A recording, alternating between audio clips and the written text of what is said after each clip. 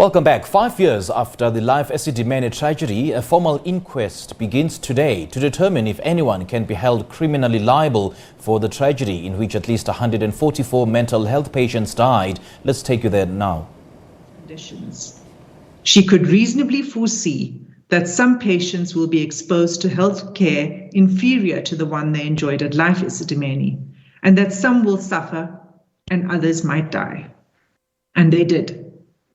After her evidence, she resigned before internal disciplinary processes were completed. The learned judge continues at paragraph 204 as follows. All facts point to him, that is Dr. Stelebano, having chosen to go along and lead the marathon project. He must have foreseen that death and torture might ensue, and he nonetheless allowed the project to go on.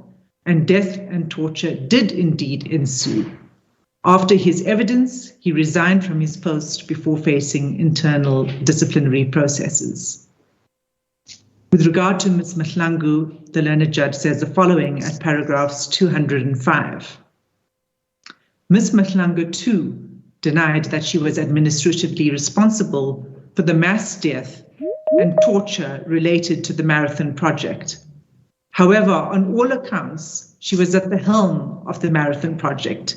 She was aware of the full risks of implementing the marathon project. She ignored and indeed brushed aside the warnings at many levels that death might ensue, and it did.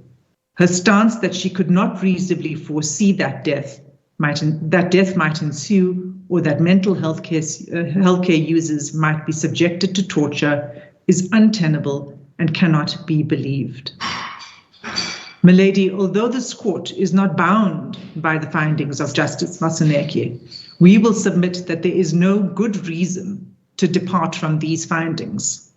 Even though those findings were made in the context of arbitration, they are directly relevant to these proceedings, as this division has held in the case of Institute for Accountability in Southern Africa versus the Public Protector.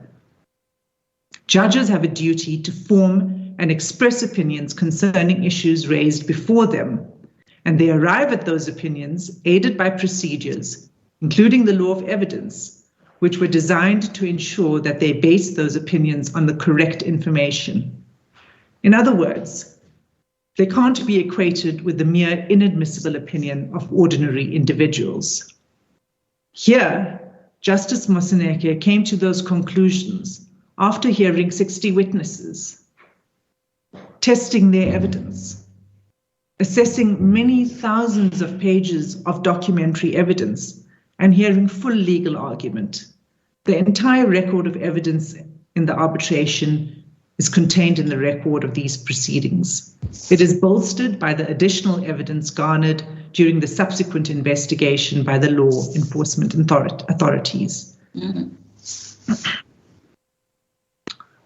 With regard to the purpose of the inquest, my lady,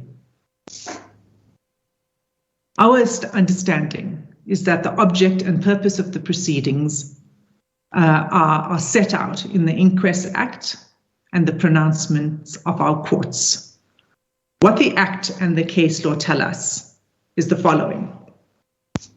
First, the Act provides that the holding of inquests in cases of deaths or alleged deaths apparently occurring from other than natural causes and for matters incidental thereto. That's the Inquest Act. 2, inquests are not criminal trials. They are inquisitorial in nature, and the main purpose of the proceedings is to uncover the truth about what happened to the deceased. 3, the Inquest Act does not impose the same onus that rests on the state in criminal trials. The standard of proof is less stringent than proof beyond a reasonable doubt.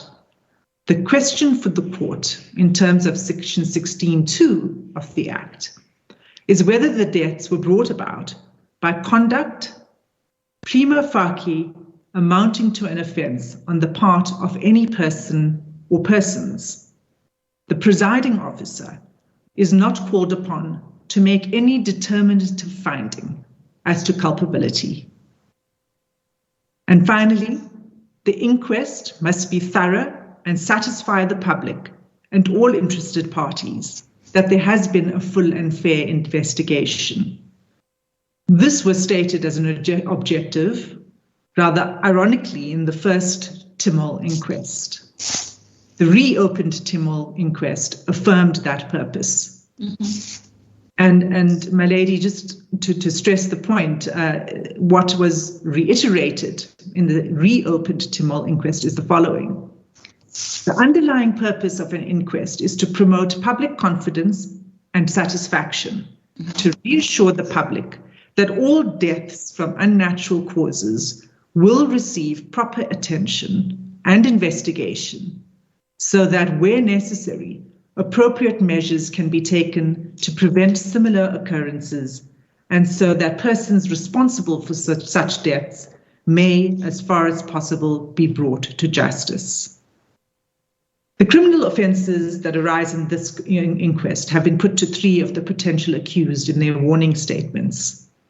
The charges put to Ms. Mahlangu, Dr. Salabano, and Dr. Manamela are culpable homicide, assault with intention to do grievous bodily harm, and the contravention of Section 70, subsection 1C of the Mental Health Care Act, 17 of 2002.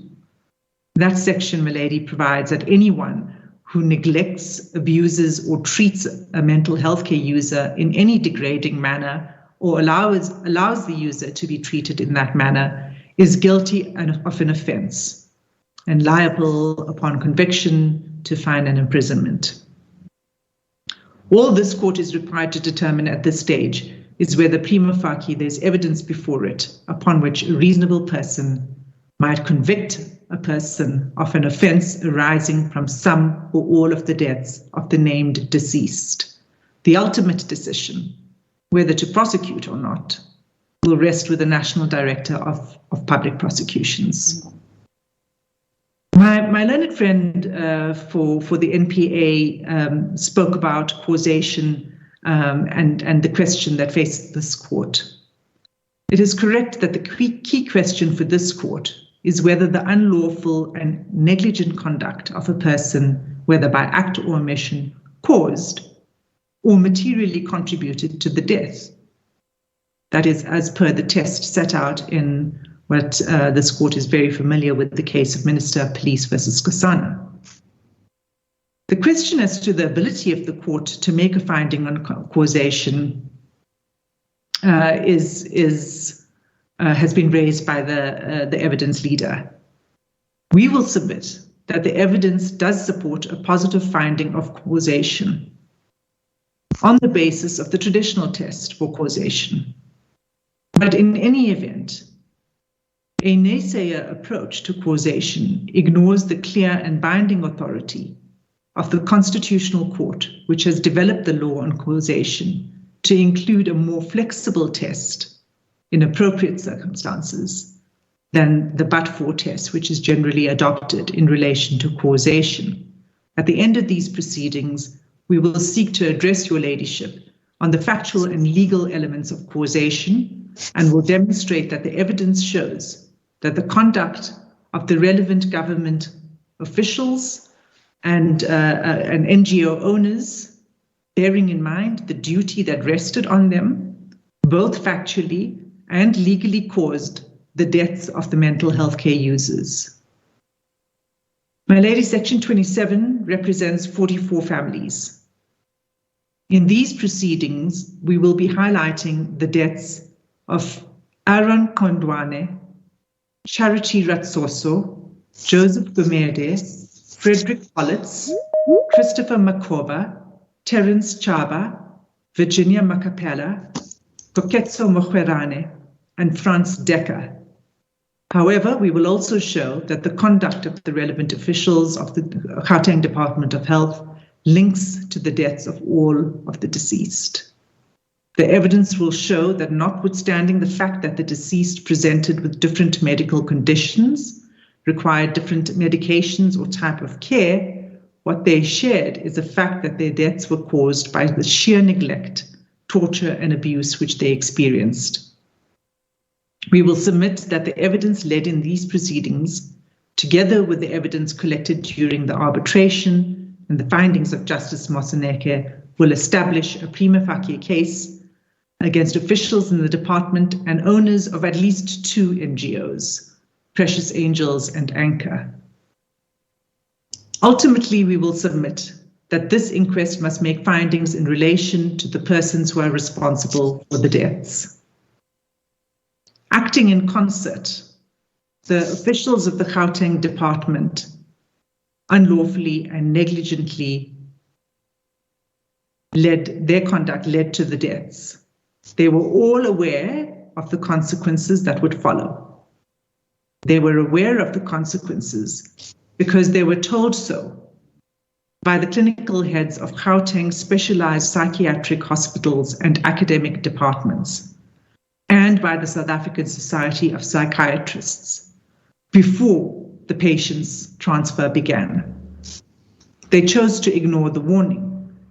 They were told so by the concerned families who sought to protect their relatives by having a curator ad litem appointed in order to ensure that the best interests of mental health care users were protected. They chose to oppose those proceedings and then entered into a settlement agreement which they failed to uphold. They were asked to urgently stop the transfer when the first deaths were reported. They chose not to. They were told that the NGOs, particularly Precious Angels and Anchor, were incapable of providing the necessary care for the mental health care users. But they chose to leave the mental health care users in those homes where they would have insufficient food and water, no warmth, inadequate supervision, and no access to the medication they required. Death traps, as Justice Moseneke described them. It is the task of this inquest to name those individuals who are responsible. This court need not make a finding of culpability, but must, in accordance with Section 16(2)(d) of the Act, make a finding as to whether the death was brought about by any act or omission prima facie involving or amounting to an offence on the part of any person. Section 16(3) of the Act provides that if the court cannot make any such finding, that it should record that fact. That outcome, with respect, will be a denial of justice to the families of the victims and will render hollow the many earnest findings of Justice Moseneke.